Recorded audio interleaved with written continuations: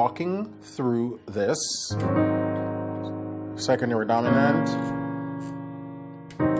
to the 6, right? So B flat diminish, or A sharp diminish, C, and that's just a C minor, C sharp minor 7, and then going down,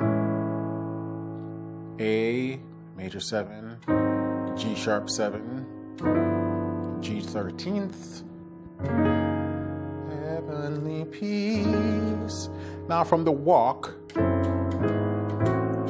we're taking this 4 minor chord in first inversion, bounce it down to the 1 in second inversion,